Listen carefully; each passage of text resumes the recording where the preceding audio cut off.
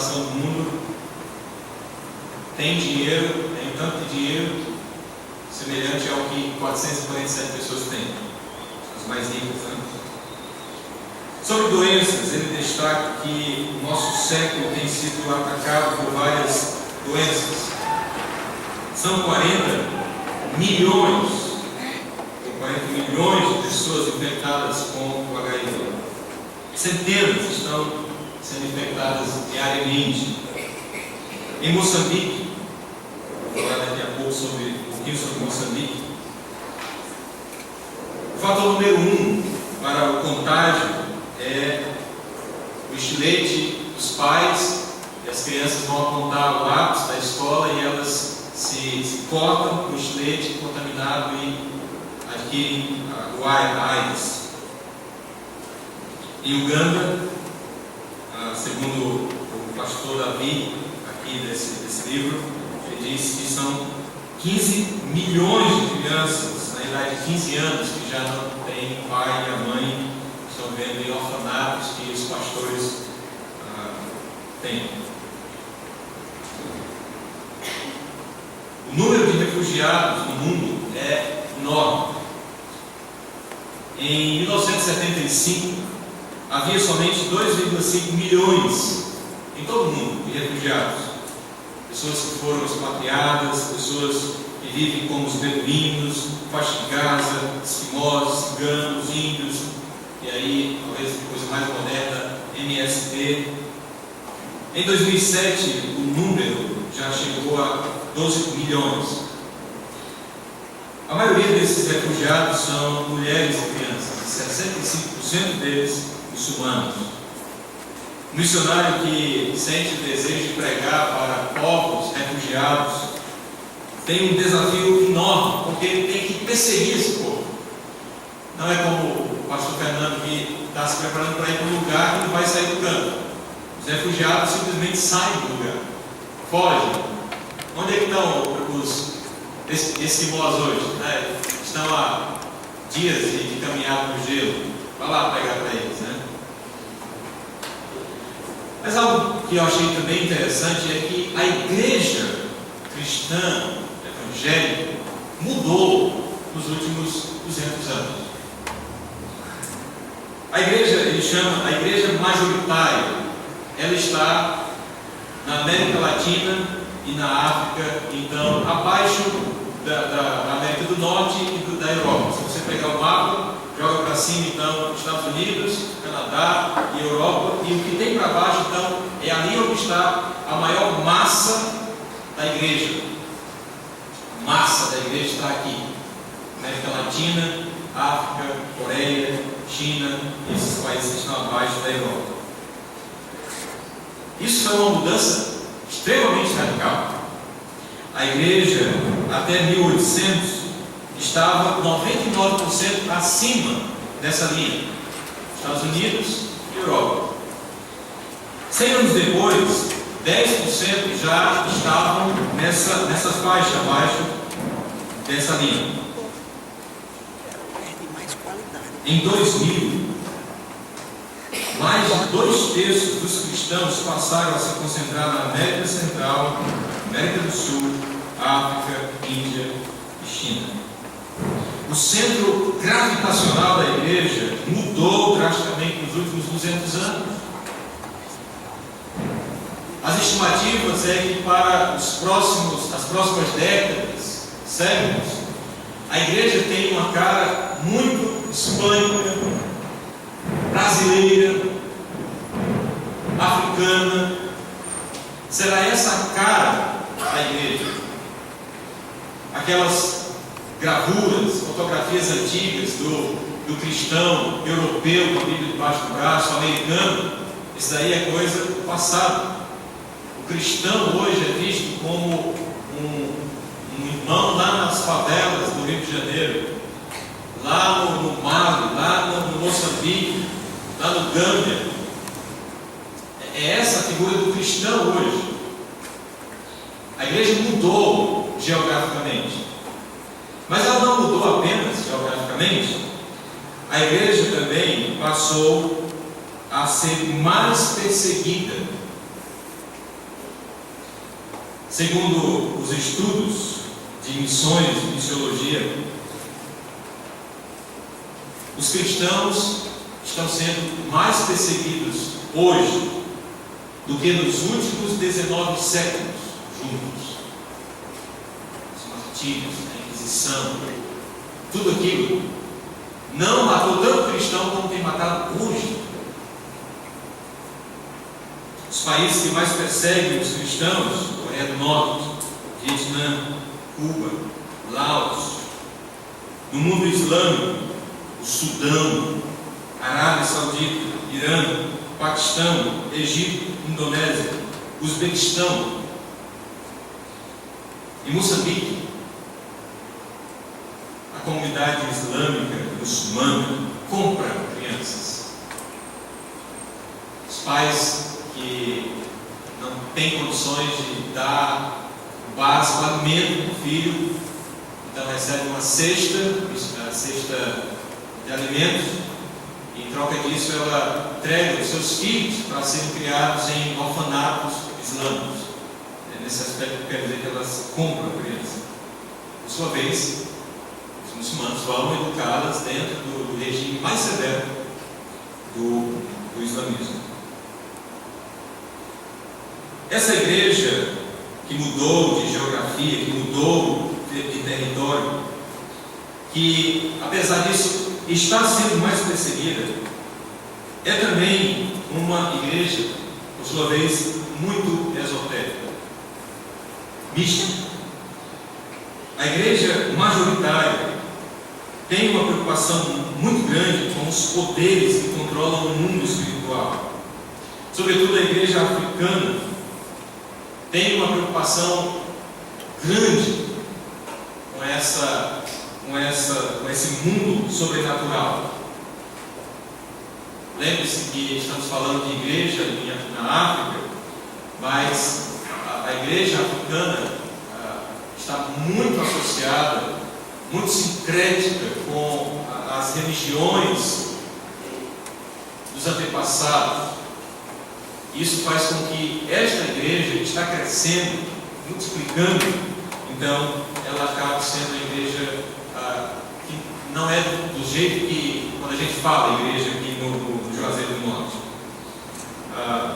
Um dos missionários que teve nossa igreja, falando sobre Moçambique em especial, né,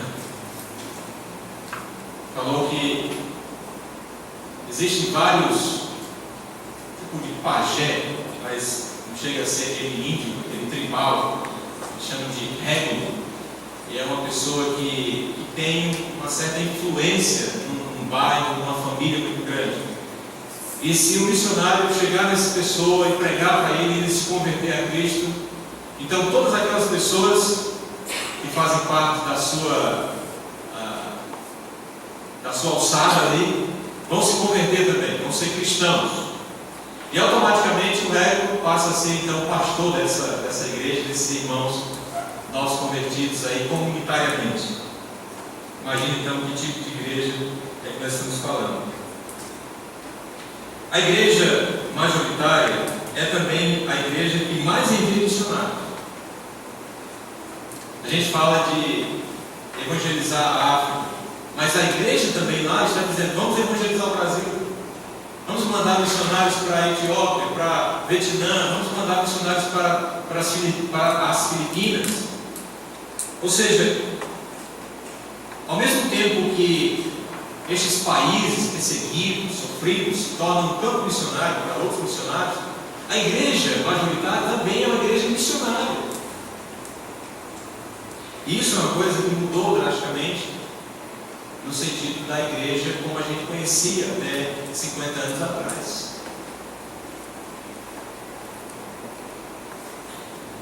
Nós falamos que o mundo mudou, que a igreja, de certa forma, mudou, tem uma nova cara, mas o desafio, as dificuldades ainda parece que continuam do mesmo tamanho. O texto que foi lido do irmão Joelson, que a seara é grande. Jesus não está falando dos seus dias a gente não pode dizer que ela continua grande, porque o mundo aumentou, o mundo mudou culturalmente, em todos os aspectos. A igreja também mudou, e nós também sabemos que há poucos trabalhadores. Jesus diz que os trabalhadores são pouquíssimos os trabalhadores. Meus irmãos, hoje, para o trabalho missionário, não é problemas mais financeiros. A igreja brasileira, a igreja batista regular, ela não tem mais problemas financeiros para sustentar um obreiro, para ajudar no sustento, para comprar um terreno, para fazer alguma coisa material. Mas o desafio é gente. Cadê os obreiros? Cadê aqueles que dizem, eu quero ir? Um missionário africano disse, pastor, eu posso falar por muitos colegas lá do campo. Nós não queremos mais roupa, não queremos mais comida aqui no Brasil, nós queremos gente que vá lá nos ensinar a Bíblia. O nosso desafio agora é receber pessoas.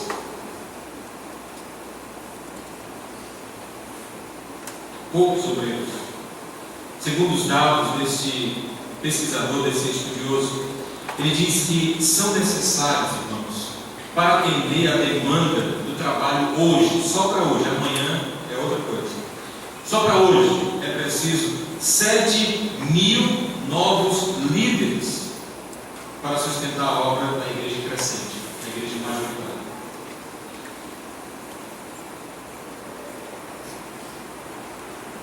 Até 2007 foi o ano da publicação desse livro, então eu não estou tão atualizado, mas ele dizia então que 80% dos líderes que estavam à frente desses trabalhos, da igreja majoritária, congregações, ponto de pregação, igreja de 100, 200, 500 membros, 80% desses pastores nunca tiveram um treinamento formal, tipo CTLP, Centro de Treinamento de Líderes e Pastores. Nunca tiveram um curso de um ano no Seminário Batista do Cariri. Nunca fizeram talvez um fonte de luz. Tudo que eles aprenderam foi o que o pastor deles, mais velho, ensinou para ele na escola dominical.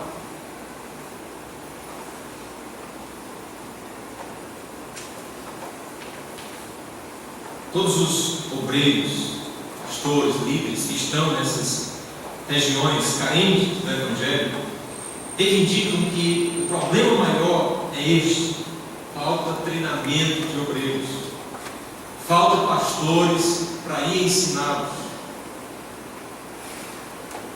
Obreiros não treinados criarão heresias, e a igreja majoritária é mãe de muitas heresias. A América Latina, em particular, é mãe da teologia da prosperidade, da libertação. As igrejas universal, internacional, mundial, faltou criatividade, não sei como é que vai ser a próxima, mas estas igrejas são frutos dessa teologia da América Latina, onde o obreiro é aquela pessoa que se converteu há uma semana, 2 semanas, um mês, coloca a Bíblia debaixo do braço, entrega um rebanho para essa pessoa pastorear, e daí então vem as heresias. Mas a gente não pode reclamar se a gente diz, mas eu não vou lá na Venezuela treinar os pastores que estão carentes. A gente não pode reclamar nada se a gente está enviando pessoas para treiná-las na África, na Coreia, na Índia, na China, o que seja. O que faremos, irmãos? Como desenvolver a visão global? Queria destacar aqui 3 atitudes que nos ajudam a cumprir a tarefa missionária de maneira global. Recorro a Atos, capítulo 1, Atos dos Apóstolos, capítulo 1, versículo 8. Não trago nada novo para a maioria, trago apenas a lembrança do que o Senhor Jesus nos disse em Atos 1:8, quando ele, em despedida, nas suas últimas palavras, talvez no seu momento mais importante, crucial, é rápido, eu tenho que dar algo que impacte a vida desses meus discípulos. Ele então diz, versículo 8: mas recebereis poder ao descer sobre vós o Espírito Santo, e sereis minhas testemunhas, tanto em Jerusalém como em toda a Judéia e Samaria e até os confins da terra. Eu digo então que a primeira atitude que devemos recordar é que devemos recuperar a visão de Jesus sobre missões. A visão que Jesus tinha de missões era uma visão global. Era tanto quanto.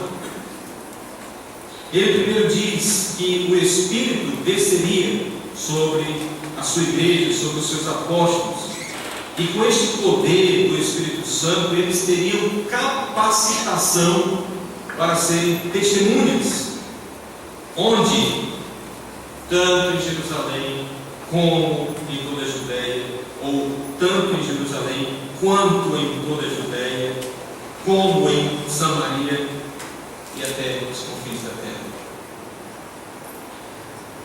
Missões precisa de uma visão global. A igreja, eu falei no início, cumpriu essa tarefa. Se você já estudou o livro de Atos, dividido em o Evangelho em Jerusalém, capítulos 1-7, Evangelho em Judéia e Samaria, capítulo 8, o Evangelho nos confins da terra, capítulo 9, até o final do livro, capítulo 28, quando Paulo chega em Roma, você vai descobrir então que Roma era o fim do mundo para o judeu. Olhando da perspectiva de quem estava lá no interior, Roma era o lugar mais distante do mundo. Por isso que eu digo que eles cumpriram a grande comissão. E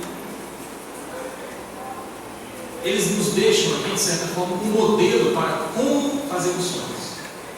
Isto é, de uma forma global. Não dá para evangelizar Juazeiro do Norte primeiro, casa em casa, pessoa por pessoa. Depois de efetuada essa tarefa, vamos agora para o Piauí, ou vamos para Sergipe, que não temos igreja, Tocantins. Aí agora que já fizemos um outro estado, vamos para Moçambique, né? Finalmente vamos até os confins. Não dá para fazer essa tarefa passo a passo. Ela deve ser feita ao mesmo tempo, com muita sabedoria, com estratégia. A igreja deve pesar os seus investimentos, porque ela deve fazer missões aqui, deve continuar o evangelismo, falaremos disso um pouco amanhã, deve fazer evangelismo nas famílias, nos eventos, no dia a dia, mas ela também não pode esquecer de estar investindo em outros lugares, desafiando a igreja para ir a outros lugares, abraçando os obreiros que se dispõem a ir a outros lugares, tanto quanto. Isso eu chamo de visão global. Gostei uma vez, o pastor Viviano usou a ilustração do óculos. A visão global é como aquele óculos que ajuda você a enxergar tanto de perto, você baixa a vista, mas você também consegue ver bem longe. Essa é a visão que a igreja deve ter em relação a missões. Você enxerga perto as necessidades da igreja, você também não vai abandonar. Vamos fechar a igreja agora para balanço, vamos investir só agora em Venezuela, vamos esquecer Juazeiro, aqui o bairro, o centro, vamos esquecer. Não, é tanto quanto. Isso que eu quero dizer com visão global. Recupere a sua visão global. Peça a Deus que lhe dê uma visão global. Torne-se um cristão global. Segundo, Atos 2:42. Mas eu quero ficar somente no versículo 46 e 47, para a gente ter um pouquinho mais de tempo. Atos 2:46, diariamente perseveravam unânimes no templo, partiam pão de casa em casa e tomavam as suas refeições com alegria e singeleza de coração, louvando a Deus e contando com a simpatia de todo o povo. Enquanto isso, acrescentávamos o Senhor dia a dia os que iam sendo salvos. Uma segunda atitude para desenvolver a visão global, se tornar um cristão global, é ter a visão correta da vida cristã. Eu digo isso porque é provável que muitos de nós fez uma bipartição da vida.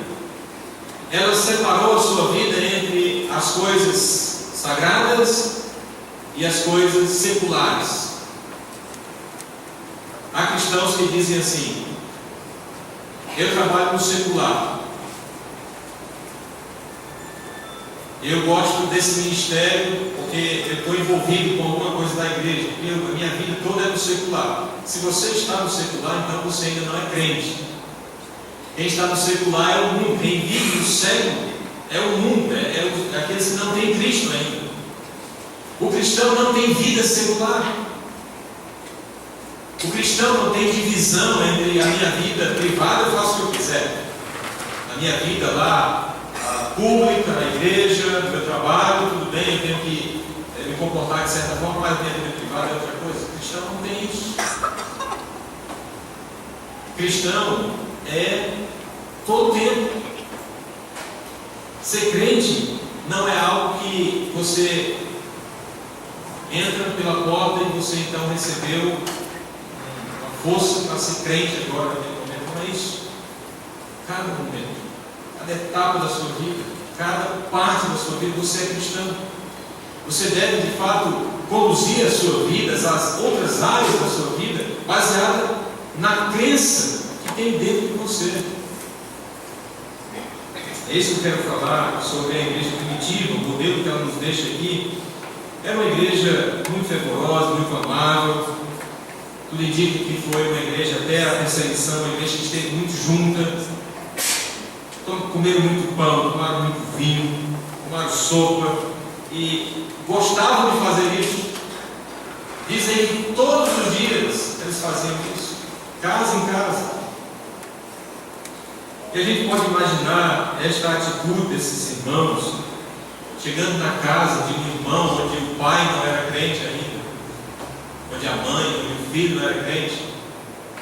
E essa igreja amável ali em uma célula começava então a incluir essa família, e daqui a pouco aquele calor cristão, aquele fervor, aquela alegria, aquela comunhão de estar junto, acabava atraindo, porque diz que o Senhor ia acrescentando dia a dia os que iam sendo salvos, por meio dessa evangelização de casa em casa, por meio dessa perseverança de querer estar junto, de querer no dia a dia se revelar, se mostrar, não ser crente secreto, mas eles se manifestavam, se revelavam, e isso fez com que a igreja crescesse. Em momentos de necessidade, em momentos de urgência missionária, irmãos, nós não temos tempo para perder aquilo que vem à nossa mão para fazer.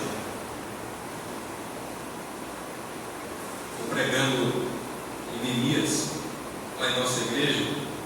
Chegamos no capítulo da reconstrução. Eu fui destacado, consegui destacar isso. Na reforma, aquele trabalho de carregar pedra, de carregar massa, de fazer o trabalho pesado, estavam envolvidos perfumistas, ourives e até mulheres. Quando o trabalho é urgente, a gente não tem tempo para dizer: eu vou aprender, eu vou fazer um curso, eu não posso fazer, eu nunca mexi em massa. Aprenda mexendo, vá fazer. Não é hora de perder tempo, mas não, já perdemos muito tempo. Já estamos aqui 70 anos, quase 70 anos. Fizemos muito, graças a Deus. Se expandiu. Podia ir mais longe? Penso que sim. Por que não fomos? Aí cada um de nós tem que achar a sua própria resposta. Não temos tempo para perder. Estamos correndo contra o relógio, queridos irmãos. Essa igreja em Jerusalém, vamos lá para Atos 8, mesmo quando ela foi perseguida, em Atos 8, versículo 1, quando a perseguição se instaurou por causa de Paulo e Saulo e Estevão, o primeiro mártir da igreja, mártir, diz aí, versículo 1, que Saulo consentia na sua morte. Naquele dia levantou-se grande perseguição contra a igreja em Jerusalém, e todos, exceto os apóstolos, foram dispersos pelas regiões da Judéia e Samaria. Alguns homens piedosos sepultaram Estevão e fizeram grande pranto sobre ele. Saulo, porém, assolava a igreja, entrando pelas casas e arrastando homens e mulheres, encerrava-os no cárcere. Versículo 4, olha que coisa fantástica. Entre mentes, os que foram dispersos iam por toda parte pregando a palavra. Não há tempo para perder. Não temos tempo de sequer sepultar os nossos mortos. O tempo é de avançar. Está sendo perseguido. Veja o exemplo dessa igreja aqui. Está difícil, mas não é tempo de recuar, porque os dias são maus, o tempo está difícil mesmo. Estamos correndo contra o relógio. Devemos nos esforçar ao máximo, queridos irmãos. Em terceiro lugar, para recuperar o fôlego da igreja, desenvolver uma atitude global. Falamos em recuperar a